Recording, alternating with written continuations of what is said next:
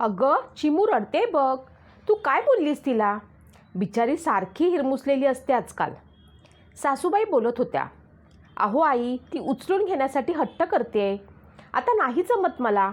नाही म्हटलं म्हणून रडते. सायली म्हणाली, अगं लहानच आहे ती. आत्ताच असं चालू आहे. बाळ आल्यावर तर काय करशील? सासूबाई थोड्या रागानेच बोलल्या आणि चिमूकडे निघून गेल्या. तिला पलीकडच्या खोलीतून चिमूचा रडण्याचा आवाज येत होता आणि आजीचाही. कुणी रडवलं आमच्या चिमूला? थांब, आता बघतेस तिला. आपण तिचं घर उन्हात बांधूया, नाहीतर बाबाला नाव सांगूया तिचं. मग तो चांगला रागवेल तिला. पाठोपाठ चिमूच्या हसण्याचा आवाज आला. म्हणजे सगळं नॉर्मल झालं होतं तर. पण का कुणास ठाऊक सायलीच्या डोळ्यात मात्र टचकन पाणी आलं. आईंनी असं बोलायला नको चिमूसमोर. ती माझ्यापासून लांब जाईल का? 2.5 वर्षाचा जीव तो. तिलाही आई हवी असते. खरंच मी दुसरा चान्स घ्यायला गडबड केली का? की चूकच? ती तिच्याच विचारात असताना बेल वाजली. अमित होते. मॉर्निंग वॉक करून आलेले. दारं उघडल्या मागून चिमू पळत आली. बोबड्या बोलांनी मम्माची तक्रार सांगू लागली. बाबा, मम्मा आज अजिबात ऐकत नाही. मला उचलून सुद्धा घेत नाही. अमित जोरात हसला फक्त आणि चिमूला उचलून तिचा पापा घेतला. चिमूबाई खुशीत निघून गेल्या. आज सकाळी उठल्यापासून सायलीचं काहीतरी बिनसलं होतं. कदाचित रात्री नीट झोप न झाल्यामुळे असेल किंवा प्रेग्नन्सीमधल्या मूड स्विंग्समुळे. 8वा महिना लागलेला. आता अवघडलेपणा वाढत चाललेला. त्यातून कालच शिरा खायची खूप इच्छा झालेली. पण ना करायला वेळ झाला ना बनवणारं कुणी होतं. सायलीला आठवलं तिच्या चिमूच्या वेळच्या पहिल्या प्रेग्नन्सीमध्ये सगळे तिला अगदी फुलासारखं जपत होते. काय हवं नको तिची औषधं, डोहाळे, सकाळी केशराचं दूध, भिजवलेले बदाम सगळं शिस्तीत चालू होतं. यावेळी मात्र सगळ्यांचाच उत्साह कमीच होता आणि त्यामुळे कळत नकळत तिला या बाळाच्या बाबतीत थोडी भीती वाटत होती, थोडी काळजी वाटत होती. पण सगळ्यात जास्त गिल्ट होता तो चिमूच्या बाबतीत.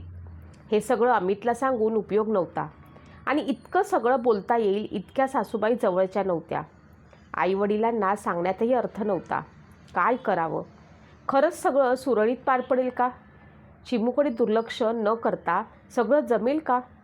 आजकाल सायली सारखीच असेच विचार करत राहायची.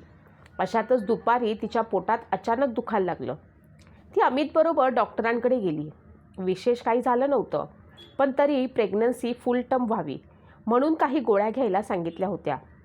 परत येताना औषधं घेण्यासाठी अमितने घराजवळ एका दुकानापाशी गाडी थांबवली आणि तो औषधं आणण्यासाठी दुकानात गेला. रस्ता बराच रहदारीचा होता. इथे खूप भिकारी आणि छोटी मुलं पैसे मागत फिरत असायची. गाडीत ती आणि चिमू दोघीच बसल्या होत्या. ती पुढच्या आणि चिमू मागच्या सीटवर.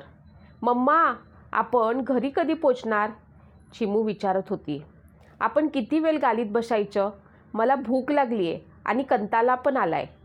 बाबाला विचार ना, तो पलत कधी येईल? चिमूचा चेहरा खरंच इवलासा झालेला.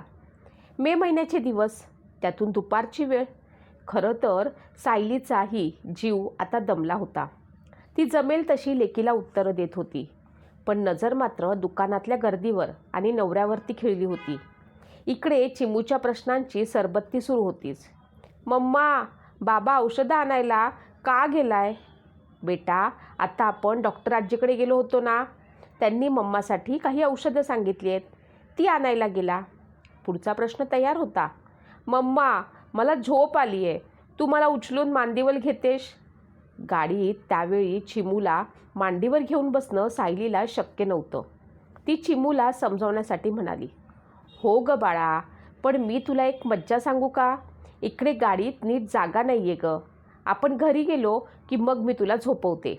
आता येईल हं बाबा. तू तोपर्यंत मला छान पोएम म्हणून दाखव ना, आणि हातात चॉकलेट आहे ना, ते पण खा. ओके मम्मा, म्हणत चिमूनं पोएम सुरू केली. सायलीने पुन्हा एकदा दुकानाकडे पाहिलं. अजूनही थोडा वेळ लागणार होता.